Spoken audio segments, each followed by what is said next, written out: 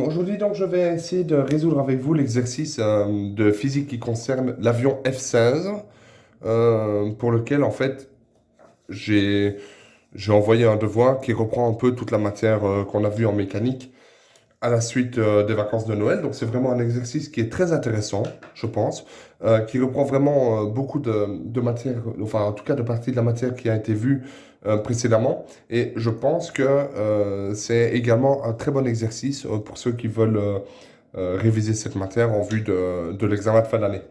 Donc, en gros, ce qui est important dans l'introduction à cet exercice, c'est qu'on nous dit que le F-16, c'est un avion de chasse dont la masse vaut 12 tonnes, 12 000 kilos, et dont la poussée maximale du moteur est de 129,6 kN. D'accord. Donc, premièrement, on nous dit, question 1, décollage. Quelle est l'équation vectorielle d'équilibre dynamique avant le décollage? On appellera Fm la poussée du moteur et Ff la résultance des forces de frottement. Alors bon, avant le décollage, c'est la question 1. Avant le décollage, on peut dessiner le système comme ceci. Notre avion est ici, c'est l'avion de masse M égale 12 000. Okay. Il est soumis à deux forces. Première force, c'est la force motrice. Deuxièmement, la force de frottement. Force de frottement de l'air. On a également, évidemment, le poids, grand G, et la force normale, N, ici. Sachant, et donc ça nous donne, d'un point de vue vectoriel, je rappelle que d'un point de vue vectoriel, on prend les forces avec leur direction et leur sens en les additionnant toutes vectoriellement. Ensuite, lorsqu'on projettera, et seulement à ce moment-là, on rajoutera les signes correspondants. Et donc l'équation vectorielle, c'est FF plus grand G plus N plus Fm est égal à M fois 1, sachant que grand G est égal à moins N, vectoriellement. Ce grand G est égal à moins N, il s'annule puisque l'avion ne va pas ni s'enfoncer dans le sol, ni sortir du sol dans la phase d'accélération de décollage. Et du coup, on peut réécrire notre équation vectorielle comme la force de frottement plus la force motrice est égale à M fois accélération. Ça, c'est la première réponse. Première réponse, avec évidemment, ici, le signe plus entre FF et FM, puisqu'on n'a pas encore projeté, puisqu'on n'a pas encore mis un système d'axe. Ici, on prend, comme j'ai dit, les vecteurs avec leur sens, leur direction et leurs normes. Ce sont des vecteurs. D'accord. Maintenant, question 2, c'est sachant que la vitesse de décollage de F-16 est de 66 mètres par seconde et que l'intensité de la force de frottement de l'air vaut 19,2 kN à cette vitesse, pourra-t-il décoller depuis le porte-avions Charles de Gaulle de 161 mètres en avant? Donc ce qu'on dit, c'est V final est égal à 66 mètres par seconde. D'accord? On a aussi la norme de la force de frottement est égale à 19,2 kN. Et finalement, on sait, depuis la page 1 de notre énoncé, que la force motrice a une norme de 129,6 kN. Ça, ce sont nos données. Maintenant, ce qu'on va faire, c'est on définit un système d'axe X vers la droite, comme ceci. Notre X va par là. X est vers la droite, ok? Et on dit, on peut projeter les forces selon la direction X sur OX, ok, dans notre système d'axe, c'est-à-dire X va vers la droite. Et là seulement, on aura les plus et les moins. Donc, on a, selon X, eh bien, Fm est positif, la force motrice, moins la force de frottement qui est négative, là, projeté, on a bien en moins, est égal à m fois l'accélération selon x est égal à m fois l'accélération, car accélération selon y est égal à 0 mètres par seconde, avant le décollage. D'accord. Donc, qu'est-ce que ça nous donne, ça? Ben, on peut trouver l'accélération selon x grâce à ceci. Ça nous donne 1 est égal à Fm moins Ff divisé par la masse, ce qui nous donne 129,6 fois 10 exposant 3 newton moins 19,2 fois 10 exposant 3 newton divisé par quelle est la masse de notre avion? C'est 12 tonnes, 12 000. Et ça, donc les 10 exposant 3 se simplifient. Ça simplifie avec ça et avec ça. On n'est pas obligé de le faire, évidemment. Et ça nous donne 9,2 mètres par seconde au carré.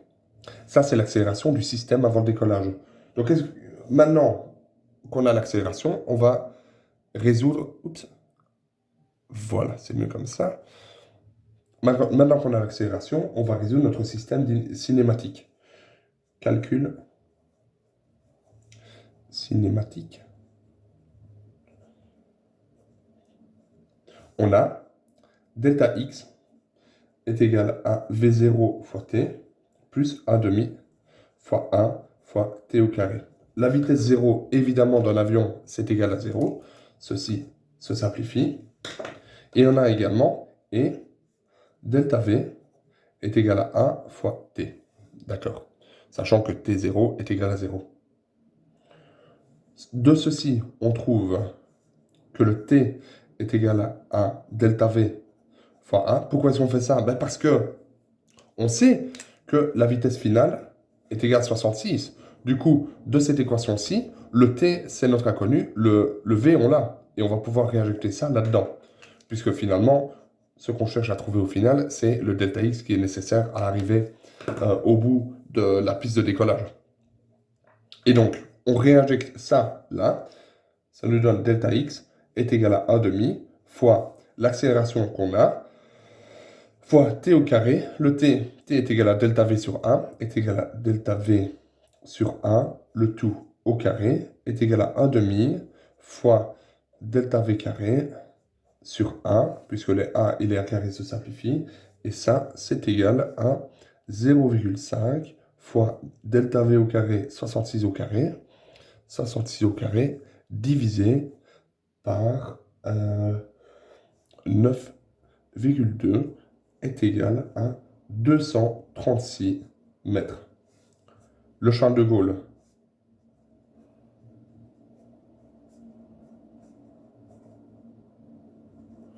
A une longueur de 261 mètres.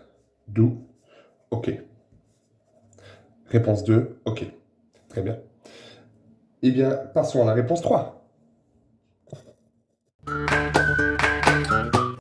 Question 3. Alors, une fois que la vitesse de 66 mètres par seconde est atteinte, le pilote déclenche les ailettes qui permettent de faire décoller l'avion selon une trajectoire qui fait un angle θ égale 25 degrés par rapport à l'horizontale, qu'il gardera constant jusqu'au moment où il arrivera à une altitude stationnaire. Du coup, voici notre schéma de base pour l'avion. Le sol est ici. OK. Il a un angle de 25 degrés comme ça, là. L'avion est là. Et il est soumis à quelle force? Donc ça, c'est 25 degrés, θ. OK. Il est soumis à quelle force? La première force, c'est la force de poids qui va dans le sens vertical vers le bas. OK. Deuxième force, c'est la force de frottement, Ff, qui est contraire à l'avancement de l'avion.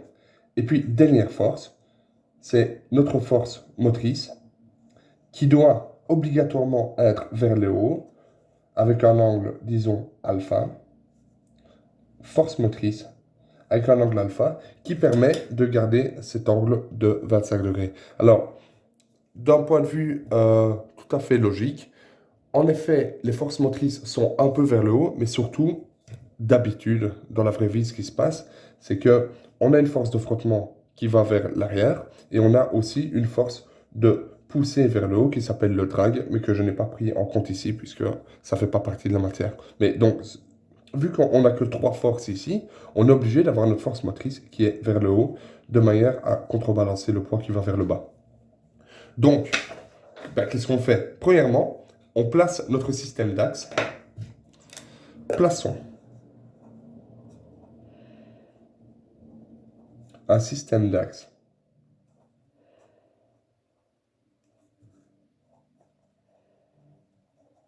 OXY tel que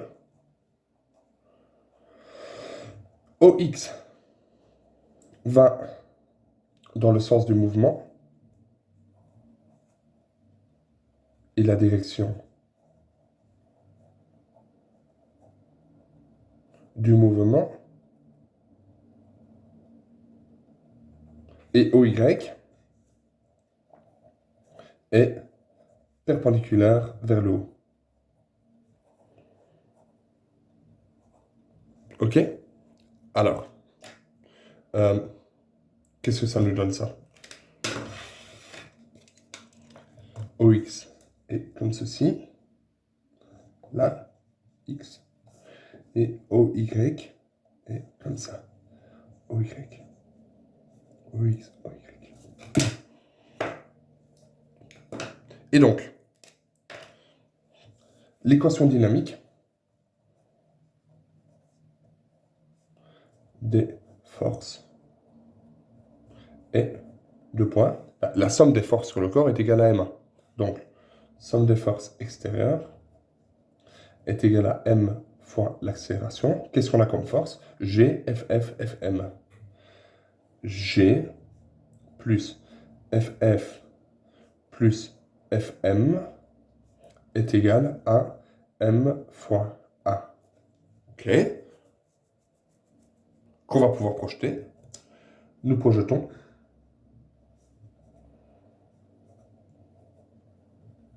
sur X et Y. Le tout, finalement, c'est d'avoir l'accélération selon X. Et pour ça, il faut projeter les forces. Selon X, notre force FF est négative, Fm est positive, et G a bien une contribution négative. Puisque, je rappelle que pour que G n'ait pas de contribution, il devrait être aligné à la perpendiculaire, c'est-à-dire OY. Ici, il n'est pas aligné à la perpendiculaire OY, il y a bien une contribution fois le sinus de l'angle de 25 degrés. Donc on a moins FF plus Fm fois cos alpha moins G fois sinus de 25 degrés est égal à M fois AX. AX qui est considéré positif selon la direction positive de X. Maintenant, selon Y, deux points, on a FF ne joue pas de rôle selon Y puisqu'il est perpendiculaire à Y par construction.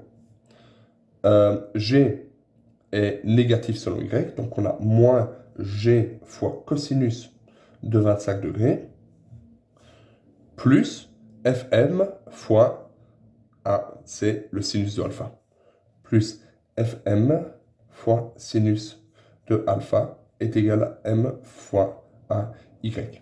Alors, qu'est-ce qu'on peut dire? Premièrement, on sait que AY est égal à 0 mètres par seconde au carré. Pourquoi est-ce que AY est égal à 0 mètres par seconde au carré? Parce que dans l'énoncé, on nous dit que l'avion garde un angle de 25 degrés par rapport à l'horizontale, d'accord? Et qu'il le garde pendant toute la durée de la montée.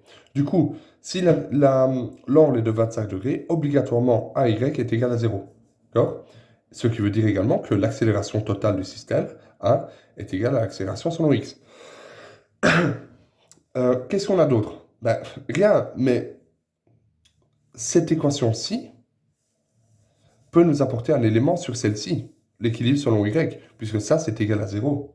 Donc, je barre là, et je peux réécrire notre équation 2, ça c'est la 1, 2 devient 2 points, moins g fois cos 25 degrés, plus fm fois sinus alpha est égal à 0. Ah, mais là, on a quelque chose d'intéressant, puisque G, on le connaît. 25 degrés, évidemment, c'est 25 degrés. FM, on le connaît, on sait que c'est de mémoire 129,6 kN. Et alpha, ah, ça c'est notre seul inconnu, et on va pouvoir le déterminer en avant en disant que il y a deux étapes. Fm fois sinus alpha est égal à G fois cos de 25 degrés. C'est seulement si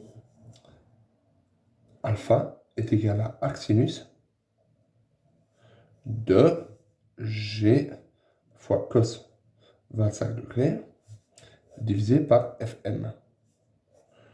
Et ça, c'est égal à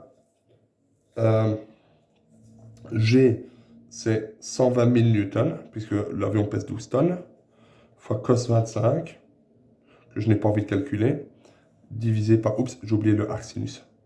Hop, sin, divisé par Fm, 129,6 kN.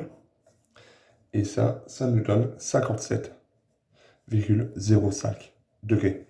Donc, je reviens à mon dessin de départ. Cet angle ici, alpha, est égal à 57 degrés. OK. Et là, on est paré pour réussir à élucider notre équation selon x et trouver, finalement, l'accélération selon x, qui va nous permettre de résoudre le calcul cinématique. En avant. Et donc, 1 devient moins ff, que je connais, plus fm, que je connais, fois cos alpha, que je connais, moins g, que je connais, fois sinus 25, évidemment, ça, il n'y a pas de problème, est égal à m fois 1 selon x, qui vaut l'accélération du système. On isole le 1. 1 est égal à moins ff plus fm fois cos alpha moins g fois sinus 25 sur la masse. Je remplace par ce que je connais dans l'équation. A est égal à moins 19,2 kN, 19 200, moins Fm, plus Fm fois cos alpha, donc ça c'est 129 600 fois cosinus de 57,05 degrés, moins, à nouveau, G, c'est-à-dire 120 000, fois cos 25, fois cos 25, divisé par la masse, qui vaut 12 tonnes, c'est-à-dire 12 000. Et ça, c'est égal à 4,75 fois 10 exposant moins 2 mètres par seconde au carré. Voilà notre équation, notre accélération selon x. Et là, on est content. Pourquoi est-ce qu'on est content? Parce que si on a notre accélération selon x, il ne suffit finalement qu'à déterminer quelle est la longueur selon x qu'on doit avoir pour arriver à une hauteur de 3000 mètres. Et de cette longueur, on pourra déterminer le temps très aisément. En avant. Donc, quelle est la distance à parcourir selon x pour arriver à une hauteur, une altitude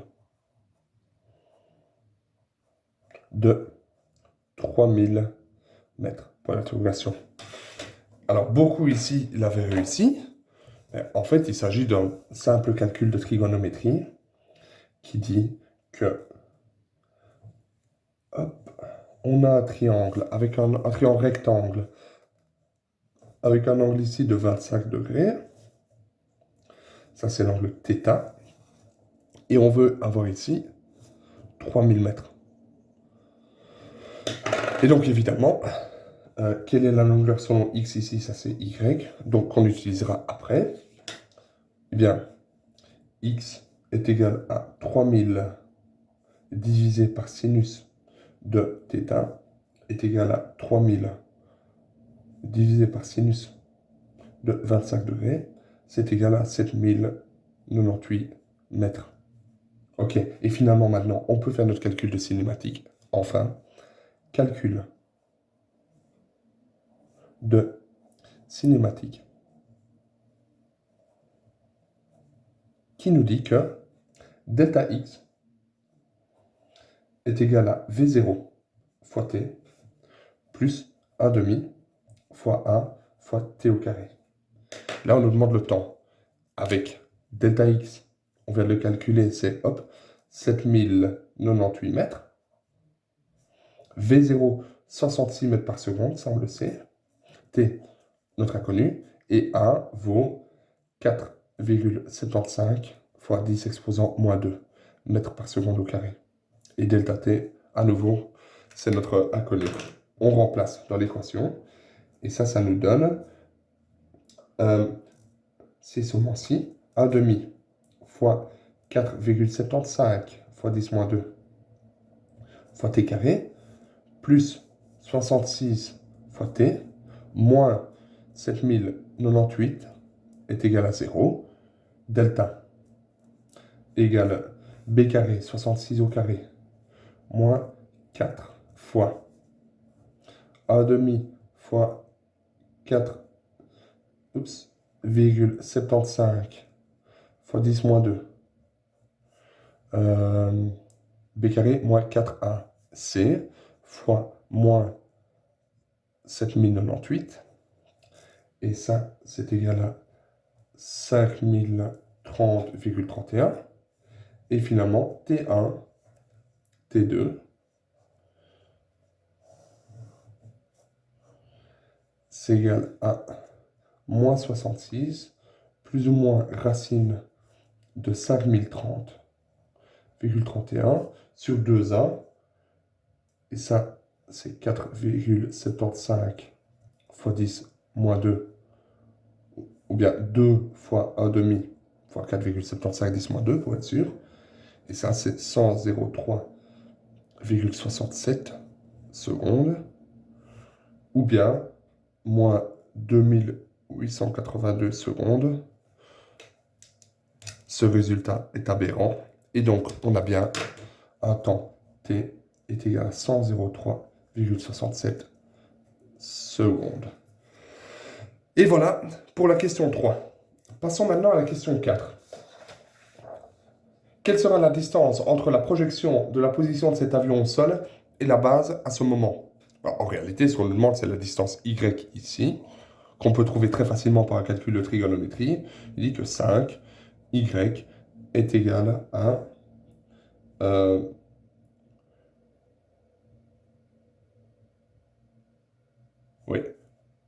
x, c'est-à-dire cette longueur-ci, fois le cosinus de θ, fois cos θ, est égal à 7098 fois cos de 25 degrés, est égal à 6432,97 mètres.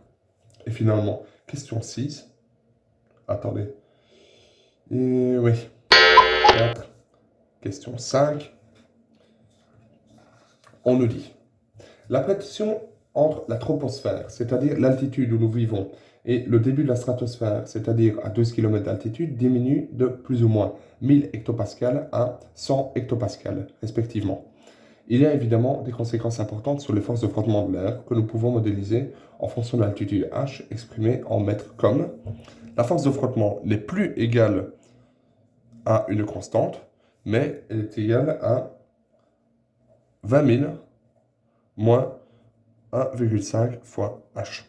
Ok. Si on accepte que la poussée du moteur est néanmoins constante, comment va évoluer le temps que nous avons trouvé au point 3? Une réponse qualitative et suffisante. Moi, j'ai simplement mis que si la force de frottement est inférieure en norme, c'est-à-dire que cette force de frottement-ci est inférieure en norme et que la force motrice est toujours la même, dans ce cas, l'accélération qui va être dégagée sur le système selon X va être plus grande. Et donc finalement, le temps, donc ça, l'accélération là va être plus grande, elle vaudra peut-être 10 exposants moins 1 ou plus. Et du coup, finalement, notre temps qu'on aura trouvé ici sera plus faible, puisque l'avion va aller plus vite. Je dis, si la force de frottement est plus faible,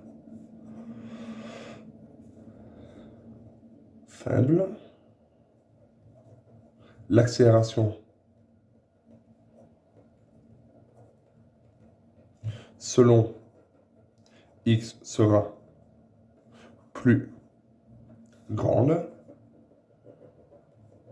et du coup, delta t sera plus faible pour delta x constant. Et voilà pour ceci. Passons maintenant à la question 6. Revenu à la vitesse de v égale 396 km/h, c'est-à-dire 110 mètres par seconde. Le pilote décide de réaliser un looping à vitesse constante. Durant le looping, la trajectoire est considérée comme circulaire, donc on est bien dans un MCU. Si le pilote subit de la part de son siège une force égale à son poids au moment où l'avion est au sommet du looping, c'est-à-dire la tête en bas, calcule le rayon de celui-ci. Faisons un petit dessin. Qu'est-ce qui se passe? Il est au sommet de son looping. Là, avec ici le centre du looping. Il est là et subit une force de la part de son siège, qu'on va appeler F réaction par exemple, F réaction du siège. Et quelle est la deuxième force qu'il subit? Il subit toujours son poids. En plus de subir la force de la part de son siège, il subit son poids. Grand G. Et donc ce qu'on peut dire, c'est, comme toujours, on a la somme des forces sur le corps, donc la somme des forces extérieures, est égale à m fois l'accélération. D'accord. Qu'est-ce qu'on va faire ici? On va définir un système d'axe, vu qu'on s'intéresse au moment où il est au sommet du looping, on va définir un système d'axe ici, x, et on va projeter ses forces. Et du coup, ça nous donne, selon x, la somme des forces, je les ai écrites, c'est G et FR. Grand G plus FR, la force de réaction, est égale à la masse fois l'accélération. Ou encore, vu qu'on sait que la force de réaction est égale à son poids, on peut dire, pour finir, que grand G plus grand G égale 2 grand G est égal à la masse fois l'accélération du système. Je réécris 2 fois G est égal à m fois accélération. Ça, c'est la première chose. Première chose, c'est l'équation de Newton. Deuxièmement, on sait que c'est un MCU. Ça, c'est la première chose. Deuxièmement, il s'agit d'un MCU. Et du coup, comme d'habitude, dans un MCU, on a l'accélération centripète, AC, est égale à V carré sur R. Toujours garder cette équation-là en tête. AC est égal à V carré sur R. Mais qu'est-ce que c'est l'accélération centripète dans ce cas-ci? L'accélération centripète, c'est l'accélération qui permet au pilote d'être attiré vers le centre de son looping. Et donc finalement, l'accélération centripète, c'est bel et bien celle-ci. Ça, c'est AC. OK? Le système n'a qu'une seule accélération. Elles ne sont pas dissociées, ce sont les mêmes. Et du coup, on peut réécrire l'équation 1 en mettant dedans l'équation 2, en disant que, en effet, 2 fois G est égal à M fois accélération centripète est égal à M fois V carré sur R. Ah, et là on arrive à quelque chose, puisque G, oui, parce que, soit dit en passant, je n'ai pas donné la masse du pilote et c'est fait exprès, puisqu'en fait, G, c'est égal à M fois petit g. Donc je réécris 2 fois M fois petit g est égal à M fois V carré sur R. On a M, petit m, dans les deux membres de notre équation, qu'on peut donc simplifier, comme ceci. Et finalement, si on veut trouver le rayon, finalement, le rayon est égal à V carré divisé par 2G est égal à 110 au carré sur 20, ce qui nous vaut 605 mètres. 605 mètres. Ok, ça c'est le résultat pour... Oups, voilà, vous voyez mieux. Ça c'est le résultat pour le premier cas de figure. Et maintenant, on nous dit que les accélérations positives dirigées vers le haut, aujourd'hui, les pilotes peuvent supporter généralement 9G de façon durable. Pour le rayon calculé au point 6, c'est-à-dire ceci, quelle sera la vitesse correspondante à une accélération résultante de 88 mètres par seconde au carré au sommet du looping dans le système de référence du pilote? Bah, du coup, 7. Ça, c'est beaucoup plus facile, puisqu'on nous dit simplement que l'accélération centripète est égale à 9 fois G, est égale à 88 mètres par seconde au carré, et donc V carré sur R est égal à 88, ou encore que V est égal à 9 fois G, c'est-à-dire 88 à nouveau, fois R, est égal à la racine évidemment, 88 fois 605 sous une racine, et ça nous donne 230 mètres par seconde. Ça, c'est la vitesse maximale tolérable avant d'avoir le voile noir, ce qu'on appelle également en anglais le blackout. Et voici pour la question 7. Passons maintenant à l'exercice 8, où il s'agit de l'atterrissage de notre avion. Donc on nous dit, alors qu'il se dirige vers la base pour y revenir, notre pilote a un problème technique avec l'avion. Il n'a plus de kérosène, c'est-à-dire que son réservoir est vide. Le pilote dirige alors les ailettes pour faire un peu piquer l'avion avant que le moteur soit complètement éteint. Au moment où les moteurs s'arrêtent, le tableau de bord indique. On considère que l'angle de l'horizon est négatif s'il engendre une perte d'altitude et positif s'il engendre un gain d'altitude. Ok.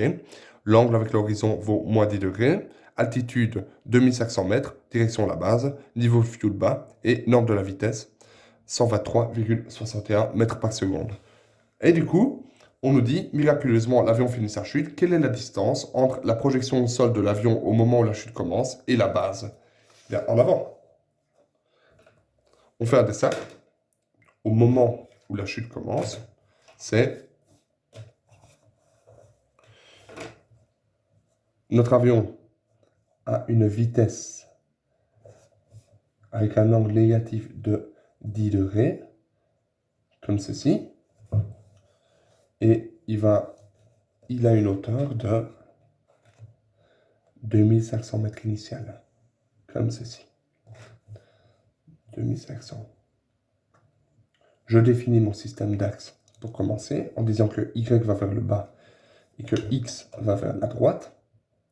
Et alors, je peux dessiner l'allure, bien esquisser plutôt, l'allure de la chute, et ce sera quelque chose comme ceci, là, voilà. Et notre question, c'est de trouver la distance projetée, c'est-à-dire là, c'est notre delta x qu'on va essayer de trouver à la fin de cet exercice. Ok? Donc, je commence par faire ma mise en situation spatio-temporelle comme d'habitude. Mise en situation.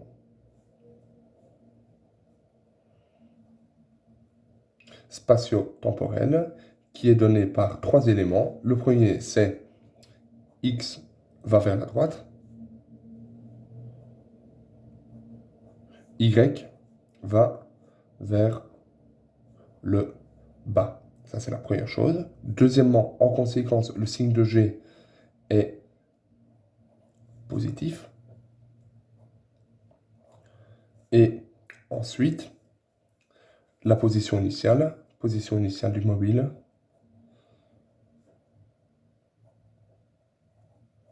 C'est 0, 0. Et voilà. Et du coup, je rajoute ceci. Et je rajoute G qui va vers le bas et qui est donc positif puisque Y va également vers le bas. Si Y était allé vers le haut, j'aurais dû mettre moins 2500 mètres ici et avoir G négatif. Et donc en avant. En réalité, il s'agit d'un tir oblique, un tir parabolique, avec un angle initial de la vitesse qui vaut moins 10 degrés. Oups, on va mettre moins 10 pour être sûr ici, là, sauf que c'est plus 10. Voilà, donc c'est plus 10 par rapport à Y qui est positif vers le bas. Voilà. Et donc, il s'agit d'un tir oblique avec 2 points. V0, le vecteur V0 est égal à la norme de V0, c'est-à-dire 223,61 mètres par seconde, fois les projections respectives selon X et selon Y. Selon X, on a le cosinus de 10, cos 10 degrés, et selon Y, on a sinus positif de 10 degrés. OK. Et ça, on n'est pas obligé de calculer maintenant. On détermine les équations du mouvement. Équation du mouvement, 2 points, et on a Y de t. Comme d'habitude dans un tir parabolique, c'est égal à Y0 plus V0Y fois t, plus ici, parce que G est positif, 1 demi fois G fois t au carré. Et on a X de t est égal à X0 plus V0 selon X fois t, et il n'y a pas d'accélération selon X. Y0 vaut 0, X0 vaut 0. Celui-ci, on l'a là, ici, et celui-là, on l'a ici. On peut remplacer. Ah oui, et finalement, à la fin du mouvement, notre Y de t, ce qui nous intéresse, il vaut combien? 2500, puisque le mouvement nous intéresse jusqu'au moment où l'avion a fini de chuter. Et donc, on va résoudre l'équation 1. 1 se résout comme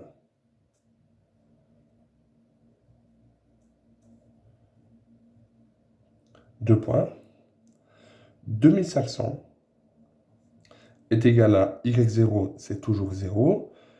V0Y, c'est 223,61 fois sinus 10 degrés fois t plus 1 demi fois 10, c'est-à-dire G, fois t carré. Ou encore, 1 demi fois 10, c'est égal à 5 fois t carré, plus 223,61 fois 10 degrés, enfin sinus 10, pardon, fois t, moins 2500, est égal à 0. Delta égale b carré, c'est-à-dire 223,61 fois sinus 10 degrés au carré, moins 4 fois 5 fois moins 2500. Miracle ici, c'est égal à 50 000 fois sinus carré de 10 degrés moins 50 000. Oups, plus 50 000. Voilà, parce que les moins se mettent ensemble. Ou encore 50 000 fois sinus carré de 10 degrés plus 1. OK. Et du coup, T1, T2, T1, T2.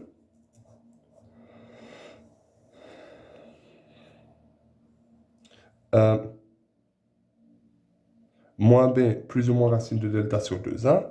Moins B, c'est égal à moins 223,61 fois sinus 10 degrés, plus ou moins racine de 50 000 fois sinus carré de 10 degrés plus 1 sur 2a, et ça nous fait 10. Les deux temps sont 18,81 secondes de planage ou moins 26,57 secondes. Évidemment, comme d'habitude, la réponse négative n'a aucun sens. On la vire. Et donc, t est égal à 18,81 secondes. OK? Qu'est-ce qu'on fait maintenant avec ça? Eh bien, on va réajouter dans notre équation 2, qui est l'équation selon x. Donc, delta x est égal à V0 selon x fois t est égal à 223,61 fois cos 10 degrés fois le t, c'est-à-dire 18,81 secondes. Et donc ça nous donne 4142,79 mètres. Et c'est notre réponse finale. Voilà. Donc, ici se clôture l'exercice que je vous avais donné à réaliser pour aujourd'hui, ou enfin pour hier plutôt. C'est un exercice qui n'est pas facile et qui reprend une énorme partie de la matière.